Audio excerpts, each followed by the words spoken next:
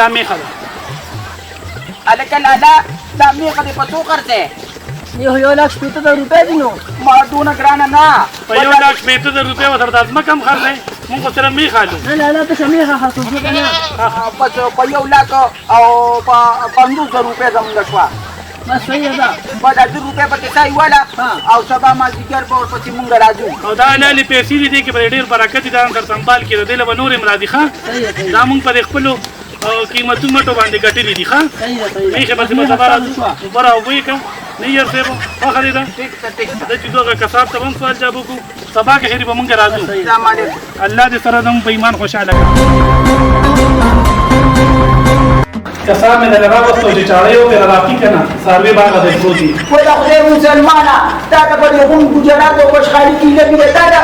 تنور ولګون ښکارېده دا د نصیبه چېرته بل کساب نه 50 ټیکې ورته اوس هم پرتې خو ما ورته راځم دا څاروي سره لنډ کړه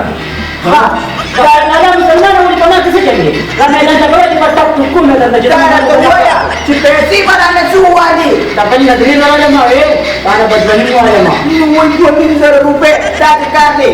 چې اینا پر پوسټ هم دله درکو اوې د میخه هلکې به مجبور هلکې به هم یوسې بیا ورته فلمي هم راکړې صحیح ده کلمې به هم دله درکو یو 500 به دله درکو ته وګوره 500 نه راځې راته وایم ما سره به راکړې هغه مټې یې راوړې د خیر دی هغه په موسفان به کې شوي خو مېلمانه پرې نه پوهېږي خیر بیا دغه 500 هم ډېرې دي چې مچلۍ پکې شته صحیح ده صحیح ده او ورته دا قرباني زر راځئ ښه لکه تماشا ته راځو ښه خبره راځه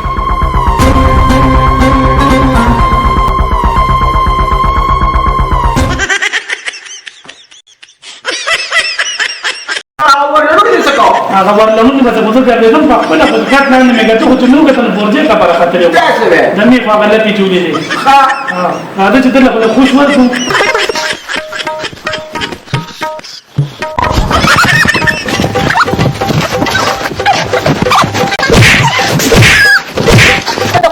مسلمانانو زه خو کساب کوم په زور هم کساب کوم د پیسو لپاره مې ورته کوم د خدای تعالی ظالمانانو دا خو ټول عمر پرې چې ډوډۍ شکې مې برابر کړه وایم زه کساب مسلمانه مونږ ته په دې